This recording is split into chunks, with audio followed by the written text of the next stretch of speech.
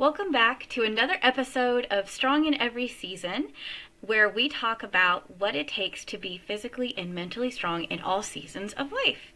And as always, I am here with Jessie Clark of Jessie Clark Fitness. Hey, Jessie, thank you for joining us again today. Thank you for having me back, and thank you for always, the conversations with us are so rich that we always say like, let's talk about this on the podcast because I want everyone to hear some of the just the little nuggets that we talk about pretty openly, you and me. Oh yeah, and we just got off of a business meeting phone call because we're business ladies, and we had a very interesting conversation that we thought we'd like to bring to the audience because honestly, when you started talking about it, Jesse, I was like, is that really a thing? So last week, if you were able to listen or watch last week, we talked about exercise, which I thought that was a really fun conversation. We kind of talked about the different types of exercises and what that looks like. But so I know for me, okay, I am not I'm not a fitness trainer like you, Jesse. I'm not training for a half Ironman. I'm not training for anything right now. Okay? I'm training for life. That's pretty much it. And That's but enough. That's a lot. it it is. It is. Yeah. But you know, there are days where my body is sore and I'm like, I think I'm gonna have a rest day, right? Like I'm just not gonna work out. I'm gonna give my body a rest. And and to be honest, I probably could push it a little bit harder. I just don't. And you had mentioned to me that there are people like that don't take rest days. Okay? So I want to Right. start. Okay, which I don't understand that like at all. I don't understand. So, I will first of all, I want to start by asking, what is a rest day? Like, what do you, Jesse, mean when you say rest day? Because I know what I think it is. I want to know what a trainer thinks it is. Sure. Well, I will say that it's hard for me to take rest days. I'm at that point where um, it had gotten to the point when I'm training for something or I'm really in season that even on the days when I'm resting, I was still teaching a spin class and going for a swim. I was just resting certain body parts. So I think that's one admission, confession of somebody that's clearly me and exercise are like this. We're firmly attached to the hip. It's been a life-saving measure for me. It saved my life. So we're completely addicted to one another, me and exercise. So yes, I would say from that perspective, once you finally like lock in and dial in and you're getting all the dopamines that your brain needs, you develop an addiction towards it, just like you might be addicted to potato chips because I'm spilling your beans, spilling your chips. Dang! Spilling the tea. What are you doing to me? Oh my God. So we were talking about what things could we never give up. And Trisha had admitted before we hit go that she loves a good chip. And some people are salty people and some people are sweets people. But like in the ways that we know kind of like what our vices are, there are some people that lean too heavily into exercise or lean too heavily into calorie restriction or a combination of both calorie restriction and exercise, and it becomes an addiction. Hmm. So these people exist. I can definitely relate, and I think a lot of our listeners too. We've all seen at times in our lives when we got super in the zone, and it also looks like being super focused. But then there's a fine line between like really having your shit together and taking it so far that you are now, losing relationships or you're injured and you're chronically injured. So that's kind of where it's hard to tell. Is this a very healthy addiction where it's a win-win, or are you too calorie restrictive and too much dedicated to the exercise? And everybody feels differently about it. Have you ever So how do experienced that? we uh um okay, usually no. Like I can't live that life where like I just have to exercise and I have to eat in a calorie deficit. Like I don't live that life. But I do feel like I knew that when I was training for the half marathon, like I took it so far. I had mentioned this to you, maybe even on the podcast. I don't remember now. We've done 3 of these, and so now I'm forgetting what I Yeah. said. No, we So, we definitely talked about that zone when you were like totally dialed in. right, but I will say that didn't last because I couldn't enjoy the things that I was as far as food goes, and Yeah. exercise. Honestly, that's just me slipping and seasons changing of life and whatever. But like I do remember being very addicted to my fitness pal, getting Hmm. everything written in there. Every bite that passed Yes. through my lips would be recorded as accurately as possible. And it was to the point where it was, I knew it was weird. Okay. Those eyeballs mean when we're doing that, it's right on the edge because Mm-hmm. it becomes, did you feel like it became more about if I wasn't controlling all of this, then I was failing? What was it for you that if you didn't do it, something in the world would not be okay? So that's really interesting because we've discussed the diet culture that I grew up in. And there was a lot of praise when I lost a lot of weight, and there's a lot of praise, like a lot of positive reinforcement. So I think, looking back, that I wanted that positive reinforcement to continue. So I felt like if I don't do all these things, then I'm going to lose it and it's going to Hmm. slip. And I could say all the right things like, "Oh, it's a lifestyle change, it's a this, it's moderation, it's blah blah blah." But really every day I was reporting everything I ate in my fitness pal, tracking everything on my Fitbit, like everything was being monitored. And I will say, in all fairness, when I kind of let that go and then life happened, Hmm. I did slip back into, like, I know better, but it's hard to find the balance. But we're not talking about me today. Okay, so we're gonna go back to, no, this is not, we're not doing this today. See how we swerve We, and curve?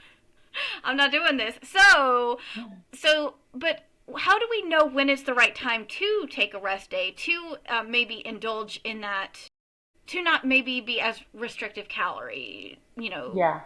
how do we know when it's right? And I think what you were describing was a perfect seasons of life. We have seasons of life where we're really able to dedicate a lot of time, energy. It's our number one thing. And then we have days where we're just getting through the day and putting together a casserole for the family. And we're just going to eat what's served, you know? So you have different kind of levels on that spectrum of being super dedicated, super into it. Some people say they're either on or off. And, I think we all have that in our brains and our bodies, our memories of different judgments, times in our life when we felt like we had it all together when it came to our health. Now, that includes exercise, diet, even the thoughts in your brain, like what's happening between here and here. That's really even more important than all this because the right amount of exercise for you, a person is going to be the amount they're enjoying doing, the part that keeps them at a stable, realistically healthy weight and allows them to enjoy the life that they want to lead. Like your training plan is going to look different than my training plan because, whereas you want to stay active and be happy and healthy, like life goals are life goals. That's my life goal right now too, is just to be happy and healthy. But I will say the but part for me is that I felt, and in discussions with my trainer, I felt like we need to start ramping it back up. Hmm. We've kind of been in let's be kind to Jesse mode a lot lately. And so I had expressed I'm ready to start ramping things up a little bit. And that's kind of like the pre-season that will go into next year. Hmm. Um, and I hope to take all of you guys along with me on the ride. But I think that too is a season of life of when you need to do more exercise. It's okay if you have something you're training for actively. So permission granted on training and ramping up and getting in. Because during those training plans, I'd maybe get a rest day every 10 days, a rest day every 10 days. Wow. What is okay? What does a rest day look for Jesse? What do you do when you're So rest like when you have a rest day? when I do a rest day here lately, it wasn't the case today, but a lot of our Thursdays have been very like cozy, stretchy yoga flow. And today happened to be more kettlebell core. But Yes. I just felt like I needed it. Some days you just have a little extra energy to burn. That's how I felt today. I don't know that life. What are you talking about? More energy. What? I I'm think, just barely getting through, sister. I mean, here is the key, excuse me, the key to that seriously is prioritizing sleep. And I think that some of you guys are night owls, and that's okay because we have different sleep schedules. But when I'm getting sleepy at night around 7 o'clock, because I've been, tired since the sun went down, and then I'm getting into bed at 7 and asleep by 8. I mean, I'm waking up at 4 in the morning, like with a cup of coffee, like, let's go. Being fully tapped out on sleep is a superpower. I mean, I'm sorry. If you're still, if you're waking up sleep, I want you to get more sleep, Trisha. See, okay, okay, we'll go back. Okay, I want to finish this part, but then we're going to go back to what Jesse's rest day looks Yeah. like because I'm curious. But I want to Okay. finish this part. So I actually wake up probably sometime in the 5 o'clock hour. I go to bed around 10 Hmm. at night. I wake up pretty okay. Like I start the day great. Okay. It's the end where I'm like, and I go to bed at like 10. Half the time I fall asleep on the couch before that, whether I'm listening Yeah. to an audiobook or watching a show. But like my day is long, and I'm not the only one. I know everybody has their Yeah. long days, but like no, I wake up pretty good. I just can't. You can't hang. So when I you can't, start man. fighting sleep, in that period where you said you're getting tired around that 9 and 10 o'clock period, you need to probably be starting your get ready for bed about 8. Taking your, yeah. And this is what I do every night. It's so indulgent. I just want to tell you about it. But I get into I get into the bathtub, run myself a hot bath. I've had my dinner. What? I've had my early dinner at 4:30, and then Granny gets into her Epsom salt tub and soaks for about 30 minutes while I'm in there posting the workout for the next day as I'm in the bathtub. And then I'm asleep in bed by 7:30, asleep by 8. If you really want to know the truth, and that's how I can get up at 4 a.m. I'm actually awake at 3 a.m. going, I've got another hour. Oh my, you have the old lady lifestyle down. Good. Yes, yes. And it's like all I do is do old lady stuff and take care of cats, okay, and work out. Wow. So I've pretty much become that person. But you know what? I am not ashamed to admit it because here's the deal. Um, you probably do need more sleep.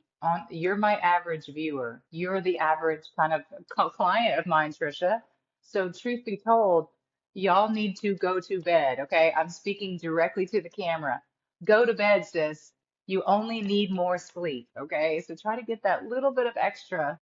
Okay, but I have other people like I know you do too, but like I have my husband doesn't want to go to bed yet. My son is still hopping around the house. I mean, he's 15, but like it's hard to go to bed at like 8 when you have so many people in the house that you still have to do stuff for. And Yeah, I know if I'm your average, client, I know other people have these same things. Like something needs to still sure, get done.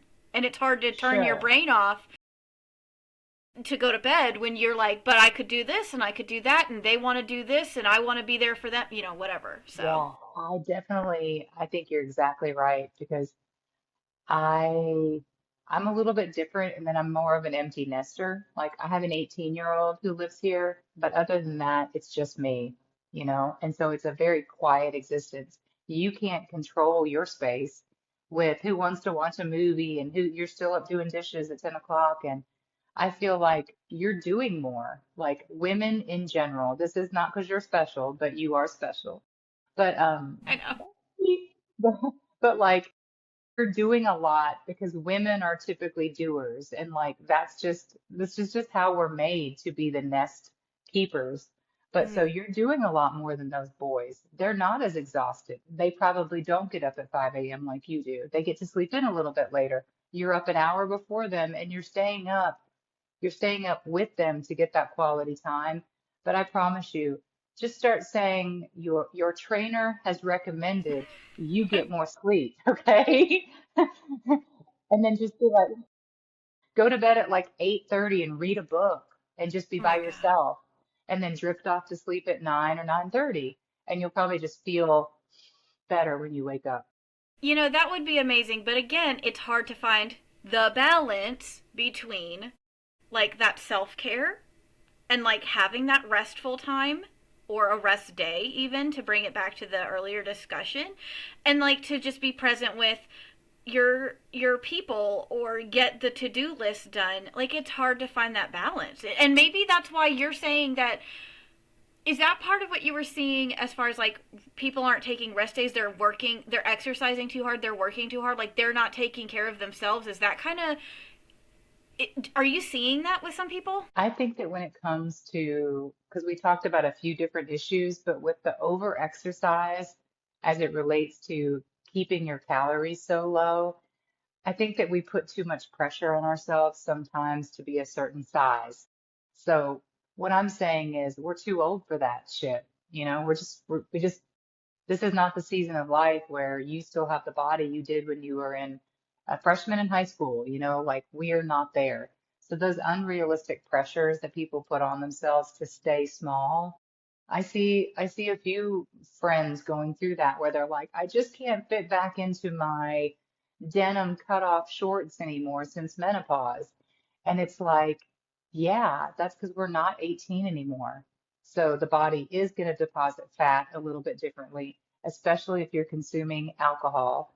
And I know that's not an issue for everybody, but for a lot of people, I know they're Mm-hmm. exercising so they can have that extra glass of wine, and it's okay, but you just gotta, it's a give and a take, and it's a balance. It can't be like a bottle of wine every night, maybe, if you expect to stay the same size that you were in high school. Yeah, so going back to a rest day, because I this concept is almost foreign to me because what is a rest day, right? Like I So because it even would on a take, rest day, like what do you do? What does that mean? so I prefer to do active recovery rest days where maybe I Of just go course for you a do. walk. Of course. So what might be somebody's workout that they log, I like this weekend I went for a great mental health walk with a friend. It was 2 miles around the lake. So that would be a rest day where you're getting friendship, there's no speed involved. There was a watch involved. We clicked start on our watch so we could know how far we went. But like if it says relaxation and there's nobody's hurrying through the workout, then that really for me constitutes a rest day. It's active. Swimming would also count. If you have a swim workout, it's not going to be that same pounding on your joints. So I think if you think of rest days as really like, what does my body need days? What does my body need? Because maybe it needs a jog. Some days a jog is a rest day.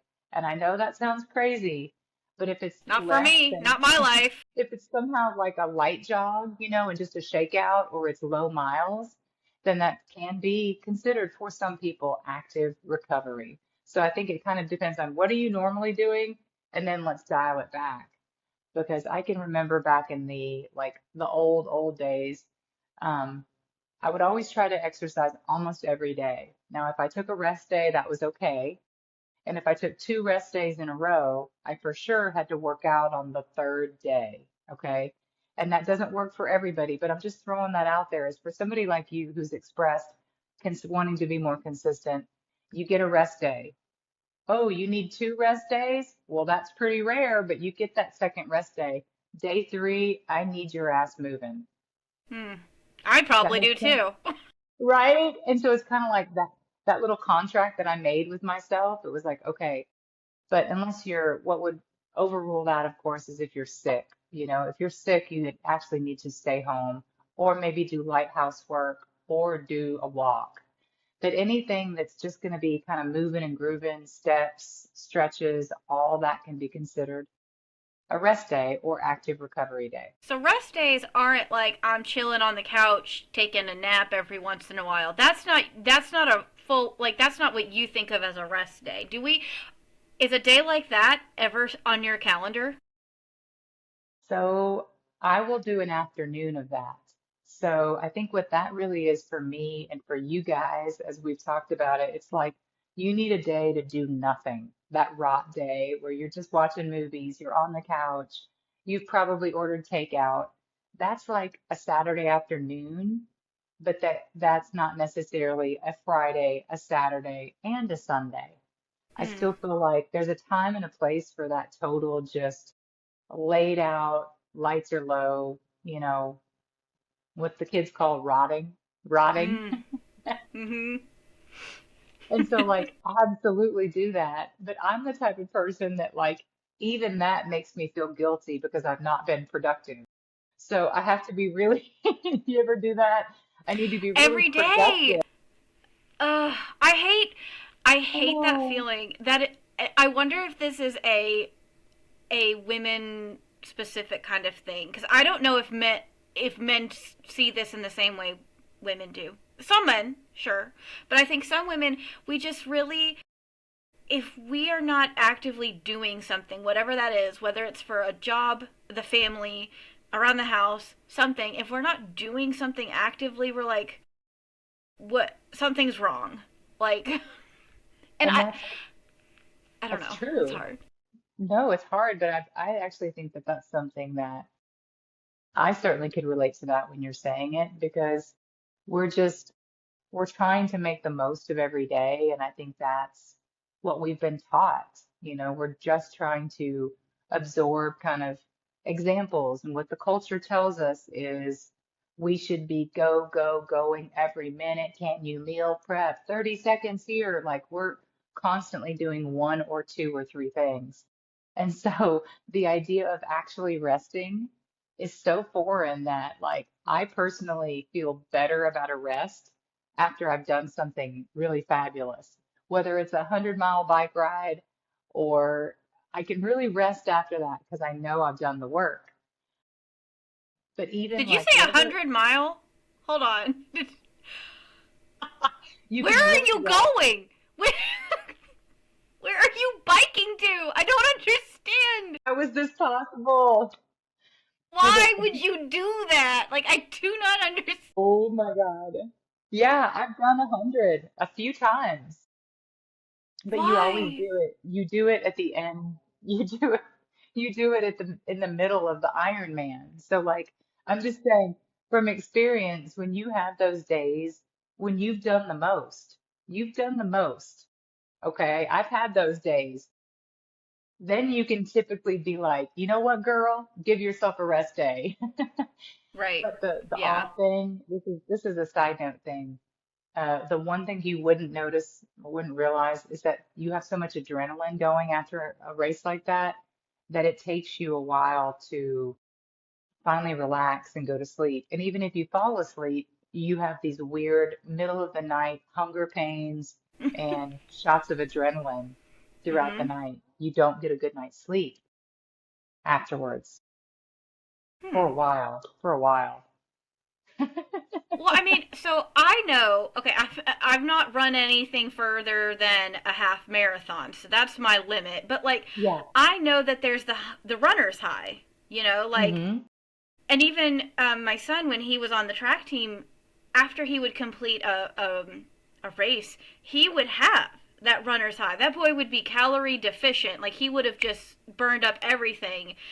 And Yes. but he was in such a happy mood because of that. So like I know Yes. that's real and it is hard to come down from that. So I can't imagine, Yeah. you know? Well, I think the important thing that you said to bring up the kind of the endorphins you get through exercise is that if you're not in a place where you are feeling that, it's probably because you haven't really depth you you're working out too lightly, working out not long enough. So whether you just go longer for that longer walk or you have some higher intensity, your body needs to feel discomfort in order to get the endorphins. So if you're always just chilling at a pretty like I'm happy, you're happy, you don't cash into the bonus round, which is the endorphins. The endorphins are over here, and if you always stay here, maybe just going longer, you could build up kind of that endorphin, that euphoric feeling of exercise. I know you exercised today. How did it feel? I did. It wasn't real exercise. I just walked around my neighborhood while we were on our business call because we're business ladies. That's right. I said it again because we are. But like, I didn't, That's real because exercise. Time I out. didn't. Time out. That's real exercise. Didn't you feel better after walking? Yeah, I get. Yeah, I don't think it's hard to think about it like that. But then, I guess it makes the rest time kind of nicer because you're like, but I did something. You feel kind of accomplished, and then you're like, okay, so I can just kind of get back on the computer and do what needs to be done, you know? Absolutely. It's a change of scenery. You've gotten up, you burned a few calories, probably filled up your water bottle, went pee. Like you need to have those cycles in life, and you need to get up from your desk a lot to, if you're sitting at an office job, which a lot of people are, get up and take a 10-minute walk after a meal, especially. Um, but yeah, I feel like a walk a day is the minimum we should be doing in life, because if you want to remain at home when you're older, that's the minimum level of you can stay in your own home. If you don't want to be in that nursing home, you need to remain walking. Okay. So let's think about life as sort of training for your, 70-year-old self, and what kind of lifestyle you want to have depends on the work you put in now. So as active as you want to be in retirement, when your kids have kids, you want to play with your grandkids. So you've got to continue, holding up your body, the cardiovascular and the strength part of it. So, okay, so we've talked about the importance of exercise, the importance of rest. What happens if you don't take that rest time? What happens if you keep going, going, going? What are we hmm doing to ourselves then? Like, what are we doing? So that would be some situations where I think we know people like this. I certainly know people like this because I hang out with mostly athletes, mostly people that are just everyday athletes, or they're endurance people, but they will train and train and train to the point that they're injured. They're always got something wrong with them. They don't let their knee heal. They haven't gotten that shoulder looked at. I think it's important, if you've gotten it looked at and there's nothing but maybe surgery to do, then just continue to strengthen that shoulder, that knee, or that whatever. But if you keep running through pain, it's not good for you. I don't recommend it. I stopped running 2 weeks ago for 2 weeks because my feet were hurting, and they're still not 100%, but it's kind of like even I have learned it's important to not overtrain, to not keep doing the same stupid stuff over and over again. We need to stay injury free. So when you start getting those chronic injuries, it's time to reevaluate and ask questions. Am I overtraining? You know, what I hear you saying is Uh-huh. there's a balance to all of it. Like, Yeah. and I kind of hate it because it sounds so simple, but it's really hard to find that balance with our diet, with our Yeah. exercise, with making ourselves take a rest day, or maybe whatever that looks like, whatever a rest day Yeah. is, or to have, it's so hard to find the balance there, and in every season, right? Like, do Yeah. you do you have any kind of thoughts on that? I think that it gets especially important now. And I know that our viewership are people our age, sort of in that late 30s, 40s, 50s, 60s, and we've got some folks still in their 70s. Shout out to Anna, Shirley. I know we've got Joni out there. We've got a few athletes, Enid in their 70s. Like these folks are working out with Anita, Arlene. I'm thinking Good there's a for bunch you of them all. out Like there. Yeah, that's so amazing that we have active people at in that age group, and they are and I know those names. Like I recognize yeah, those names from your lives. I know yeah, that they participate a lot. So that's a I lot. for way to go to those people, because Our that's over amazing. 70 crew, I would Yes. say, but for our age group, because I do feel like if we can work out together, we're in the same demographic mostly. And what I would say is that listening to your body is more important now than it's ever been. And if if you're not listening, or you're still eating your emotions, or if you're still sabotaging yourself, you have to start asking the questions. Why do I continue to do things that are not in my best interest? Okay. Mm. So whether that's sabotaging yourself with just a shitty meal, and it's made you feel bad. You didn't even feel good going in, but the guilt That's sometimes the that we worst kind feel, of meal. it is. It sometimes happens when you've not planned or prepared. So that's kind of get in front of that with preparation, and you don't have to sabotage yourself. And if you find yourself continuing to overeat and make those kind of mistakes, it's okay to take a step back and say, hey, maybe I need to get into some therapy to talk about the emotions that are backing up the actions of self-sabotage, okay? But when you Mm. actually, at this age and this season of life that we're in, try to get up every day and be kind to yourself. Do not beat yourself up. If you miss a workout, great, see you tomorrow.